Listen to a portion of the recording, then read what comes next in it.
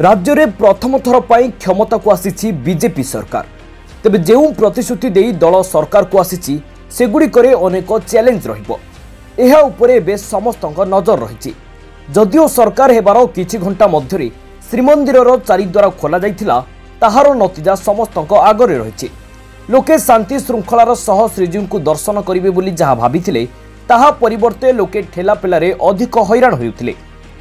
सेहीपरि निर्वाचनी प्रचार समय 300 यूनिट बिजुली बिल छाड़ करिबा पई बीजेपी लोकों को जो प्रतिश्रुति देइतिला ताहा मध्य पूर्ण करिबा सरकार पक्षरे बड़ चैलेंज होई पारे।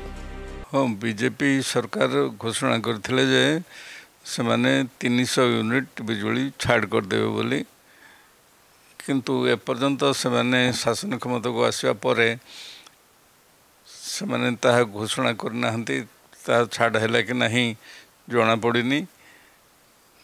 कारण हुए तो सरकार शासन क्षमता को आसवा परे परे तार सब माने हिसाब निकास करुवे जे केते 300 यूनिट छाड़ कले लोकंकर कौन उपकार हम एवं सरकार जो भारी पड़ो सेटा को केमिति पूरण करा जिवो।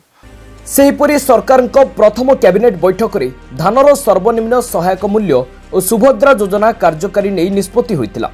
कली जुगर से चलती ठाकुर से ही सृष्टिकर्ता से ही रक्षाकर्ता।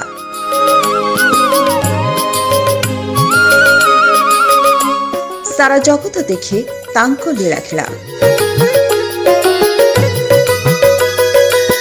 रत्न बेदी परी स्नान बेदी रे देवे दर्शन। मंदिर छाड़ी मुक्ताकाश को आसबे मौड़मणि। भकतर भकती उछुलिब बड़दाण्ड। दुनिया देखिब दारुदियंक दिव्य स्नान। महाबाहुंक महास्नान को नहीं स्वतंत्र कार्यक्रम स्नान बेदी रे श्रीजीव। आसंता 22 तारिख पुरी सीधा प्रसारण केवल दिनांक टीवी रे। निर्वाचनी प्रचार समय ओडिशा को आसी अमित शाह जहाँ प्रतिश्रुति देइथिले राज्य में बीजेपी सरकार गढ़िले चिटफंड दोषी विरोध में दृढ़ कार्यानुष्ठान ग्रहण करा। लोके सेमानक टंका फेरी पाइबे ताहा मध्य सरकार को पाई एक विराट चैलेंजिंग होई पारे।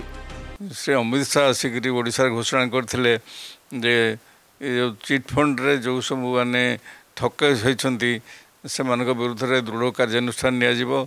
से उल्टा टांगे से एवं चिटफंड जमाकारी माने शीघ्र तांकर जो जमा पुंजीटा को से माने फेरी पाइबे बोली।